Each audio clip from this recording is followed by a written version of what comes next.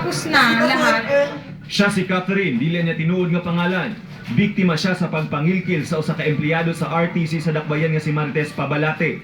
Bulan sa Nobyembre ning tuiga, doon nagipaasikasong dokumento si Catherine, usa na niin ang iyang marriage contract nga dunay mali. Si Marites Pabalate isip Court Legal Officer 2, mao'y nagatiman sa mga dokumentong gipaasikaso ni Catherine sa maong buhatan. Og sa dihang nagdemand na og 10,000 pesos nga kwarta si Pabalate, kambyo sa pag-atiman sa mga dokumento sa complainant. Sa maong binuhatan ni Pabalate, midangop na ang complainant sa NBI. Busa ni atong Biyernes sa gabi, nagsabot ang complainant og si Pabalate magkita sa gitrabahoan sa complainant sa Palma Hills Street ning syudad. Aron ni hatag ang kwarta, naghidiman ni Pabalate.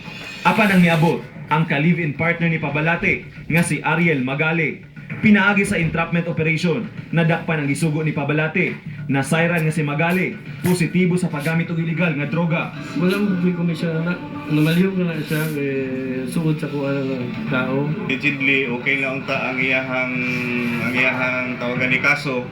Ang ginahulat na lang niya ang katong paper na mismo, katong black and white na pirmado na sa judge.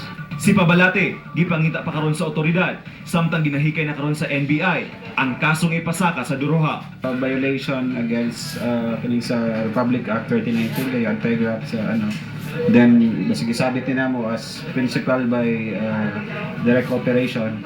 Marlon Palmahil, una sa balita.